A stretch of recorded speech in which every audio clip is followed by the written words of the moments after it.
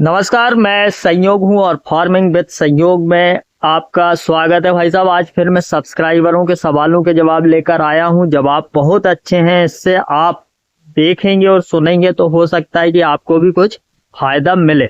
यहाँ पे प्रिंस यादव जी ने पूछा था, ये पुराने हैं, पुराने से मतलब 10 एक दिन पुराने, अब तक तो उन्हें इलाज कर भी लिया होगा। प्रिंस यादव जी ने पूछा था कि मैंने 2,4-D डाली थी, मेरा गेहूं पीला हो गया था और बाद में मैंने फंगीसाइड डाली तो उससे ठीक नहीं हुआ।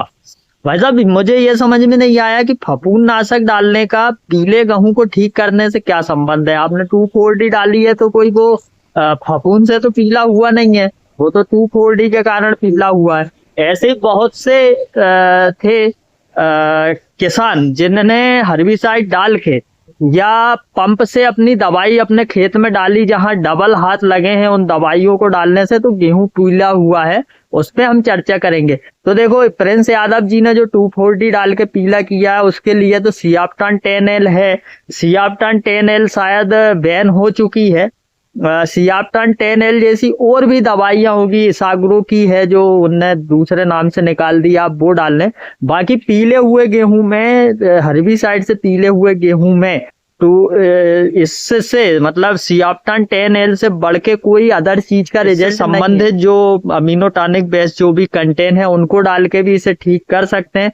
और अगर आप चाहें ज्यादा ही जल गया है तो ग्लूकोज का भी स्प्रे कर सकते हैं, उससे भी ठीक हो जाएगा। पर कुछ भी करने की जरूरत नहीं है, हल्के फुल्के हाथ लगे तो अपने आप गेहूं ठीक आपका हो जाएगा। ऐसे क्या हुआ था भाई साहब, राजकुमार भालवी जी हैं नजरपुर इटारसी से, इन्होंने क्या किया कि 100 ग्राम इमामेक्टिन और 125 ml बोनस, 750 ग्राम 05234 और लिबरल का TMX2 250 ग्राम एकड़ के हिसाब से अपने गेहूं में डाला। इन्होंने फोटो भेजाई, भाई साहब पत्ते भयंकर तरीके से जल गए थे, पर इन्होंने कुछ नहीं डाला। 4-5 दिन बाद गेहूं अपने आप रिकवर हो गया। इसका रीजन ये था कि 05234 इनका घोल भी फटा था, पर वो घोल फटने से कोई दिक्कत नहीं थी, वो तो कभी कभार फट जाता है। इन्होंने क्या 25 लीटर वाला पंप था, उसमें सारी चीजें डाली तो 05234 जो है भाई साहब, अगर वो HD वाला नहीं है 05234 तो आप उसको एक दिन पहले से, अगर आपको अगले दिन डालना है तो रात में उसको आप पानी में उमरा दें या एक दिन पहले से उमरा दें, फिर स्प्रे करें। और नीचे जो बेड़ जाता ना उसको बिल्कुल ना डालें। 05234 0050 से स्क्रैचिंग जो है वो बहुत ज्यादा आती है, जलने की समस्या आती है। बोरान अधिक डल जाता है तो उससे भी यही दिक्कत आती है, और इनके जहां डबल हाथ लगे थे वहीं पे ये दिक्कत आई थी। बाकी गेहूं इनका पलट गया, बहुत अच्छा। ऐसे ही हमारे सतीश भारतीय जी हैं, उन्होंने भी भाई साहब कहा था कि आप गेहूं में बालियों की लंबाई और मोटाई बढ़ाने के लिए वीडियो बनाएं। देखो, बहुत से लोग हैं इस बात में लगे रहते हैं, जैसे भालवी जी ने स्प्रे किया, उन्होंने भी यही सोच के स्प्रे किया है। बिल्कुल इनका जो डोज जो इन्होंने डाला है ये गेहूं में बालियों की लंबाई और मोटाई बढ़ाने के लिए था। और सतीश भारती जी को एक बहुत अच्छी बात बताता हूं, मैंने पहले भी वीडियोस में बता चुका हूं कि अगर गेहूं बहुत लंबा होगा, शुरू में लोग क्या करते हैं 19 डालेंगे, सागरी का डालेंगे, कहीं कुछ डालेंगे, ऐसी PGR नहीं डालते हैं, वो ग्रोथ बढ़ाने वाली चीज डालते हैं, कम करने वाली नहीं डालते हैं। तो गेहूं क्या होता है भाई साहब, बहुत बढ़ता है। फिर वो बढ़ता है, अगर आपका गेहूं बड़ा है, हाइट ज्यादा लेगा, तो क्या होता है कि डंडी पे आने के बाद में गेहूं जब झंडा पत्ती डालता है, जब वो आपने देखा होगा उसमें गठाने रहती हैं, उसको बोलते हैं इंटरनोड। गठान से गठान की दूरी जितनी ज्यादा रहेगी, आपके गेहूं की हाइट जितनी ज्यादा रहेगी, गेहूं में बालियां उतनी छोटी आएगी। और इंटरनोड यानी कि गठान से गठान की दूरी, या अपनी भाषा में कहते गेहूं जितना छोटा रहेगा, हाइट कम रहेगी, बालियां उतनी बड़ी और सशक्त आएगी।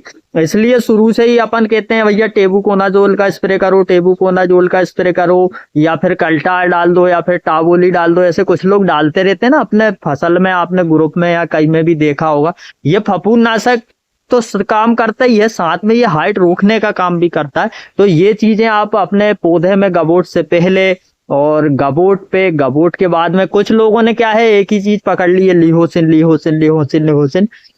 लिहोसिन तो इसी साल इसमें आया है, थोड़ा चलन में आ गया है, यूट्यूबरों ने बना दिया है उसको।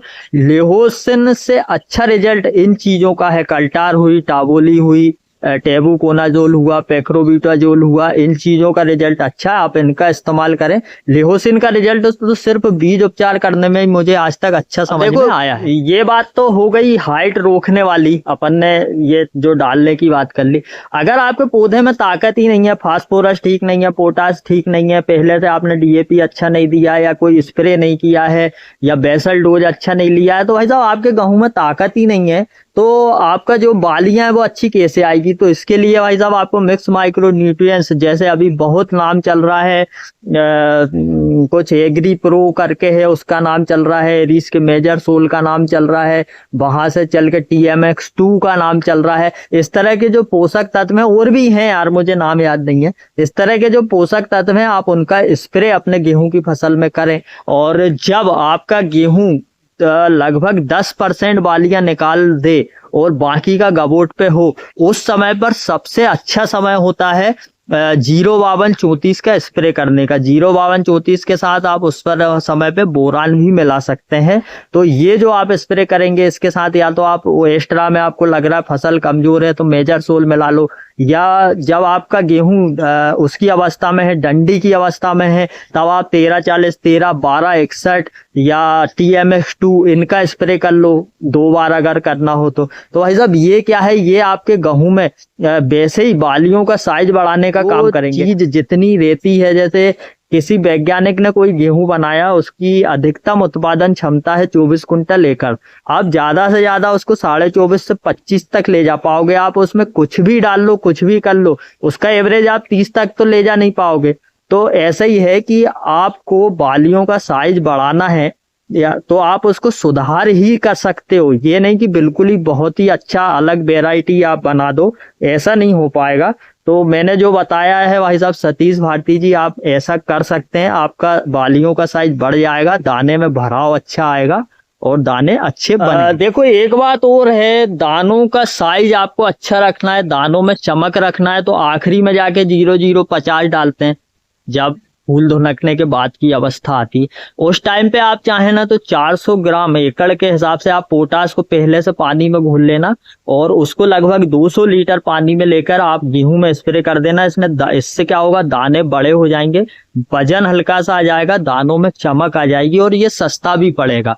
पर आप सोचो मैं गबोट पे डाल दूं तो ये उतना मजेदार नहीं रहेगा। गबोट पे डालने के लिए 05234 ही मेरे साथ मेजर सोल या TMX2 के साथ अगर आपने कोई स्प्रे नहीं किया है तो ये उसके साथ बहुत अच्छा रिस्पांस है। और साथ में आप टेबुकोनाजोल या प्रापिकोनाजोल का स्प्रे जरूर करें।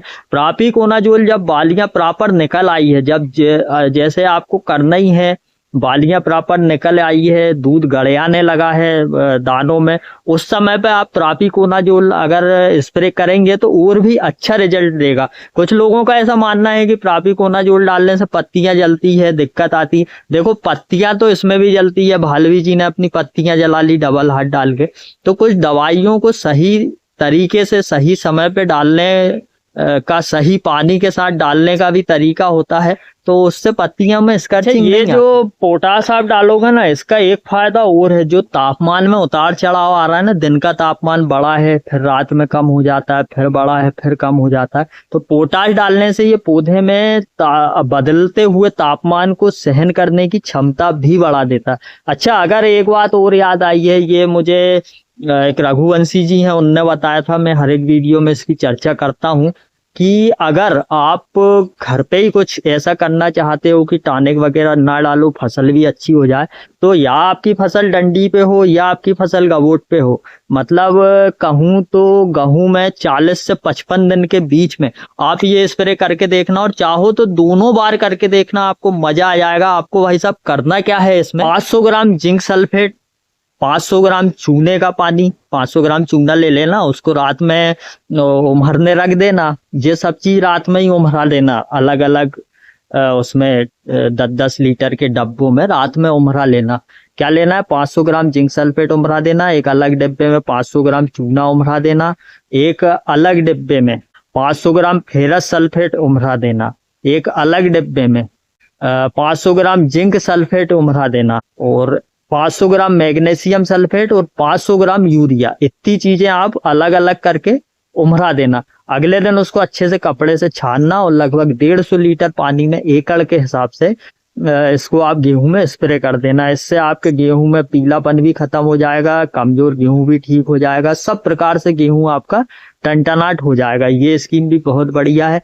तो मैंने 11 मिनट आपके खा गया हूं और कुछ सब्सक्राइबर के सवालों के जवाब देने की कोशिश करी है मेरी टूटी फूटी भाषा में। उम्मीद करूंगा ये वीडियो अच्छा लगा होगा, और ना भी लगे तो कोई बात नहीं भैया, अच्छा लगे तो शेयर कर देना। जय राम जी।